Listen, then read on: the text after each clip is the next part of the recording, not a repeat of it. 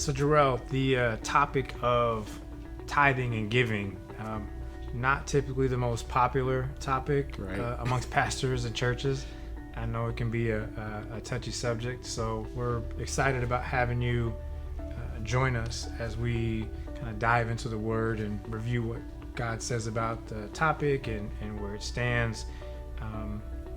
Really looking at the society as a whole, things that have caused so much perception deception with the TV shows about the pastors. I mean, what have you seen from your side down in San Antonio about that kind of stuff?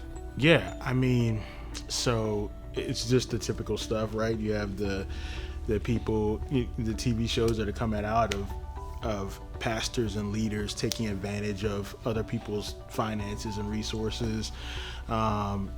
Hollywood is not helping, you know what I'm saying? Like they're not helping the church at all. And then you have people who are just kind of like on the other extreme of like you have tithing, and then you have like other things that are just like, well, we don't want to do tithing at all. You just jump into a whole different extreme of do whatever you can do and all that kind of stuff, which is great. But I think the heart motive is the issue, right? Whether it's like you're giving a certain percentage or if you're here on this end or this end, the heart motive is the thing. It's like, is it about you?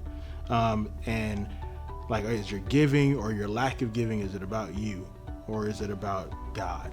You know what I mean? And I think too, you were seeing more and more of these mega churches popping up, and I think that there's a perception behind them.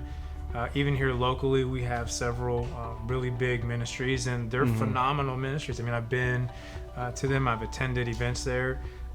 So I don't think it's a cut and dry, the bigger the church, misuse of funds, things like that. I really do believe it is a information, context, a heart condition, all wrapped into one.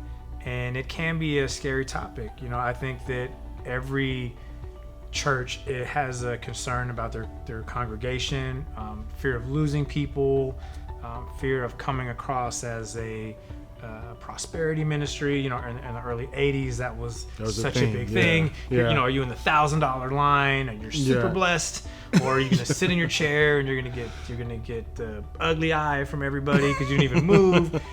So there seems like there's such extremes, even with notable pastors coming out and making comments that have created a lot of conversation about the topic. And so it feels like the season is right to really dive into this from a biblical standpoint, and having you a part of this it's been such a tremendous blessing, because you're from the art side of it and the artistic side, being able to bring that message in your own lane, I think is going to be exciting for the conference. And so we're really looking forward to that.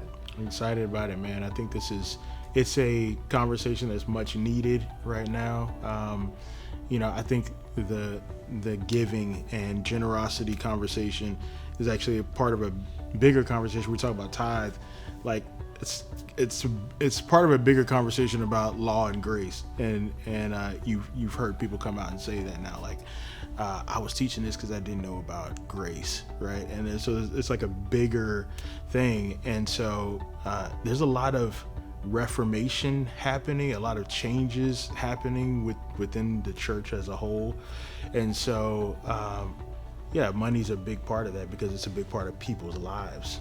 You know what I mean? Absolutely. And so having a correct perspective about what it means to be generous, what it means to be a giving person, like in the context of the kingdom of God and in the context of the family of God, is really important. So I'm excited to be a part of that conversation.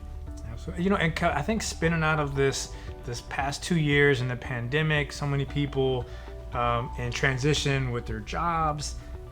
I think with the prices of gas through the roof, I mean, like, I'm just assume walk anywhere that I'm going instead of, dipping into my savings account to drive. I just know that it's the topic of finance just feels amplified right now. And so, we're really looking for some unity in the body. about, like you said, the perspective of how we do this. And I think that being a third party, being as that this is not about a specific church agenda, this isn't about a specific denomination agenda, this really is perspective and heart. And I love the way that you worded that. And so I think that being able to bring the content, the information, the application, and a measure of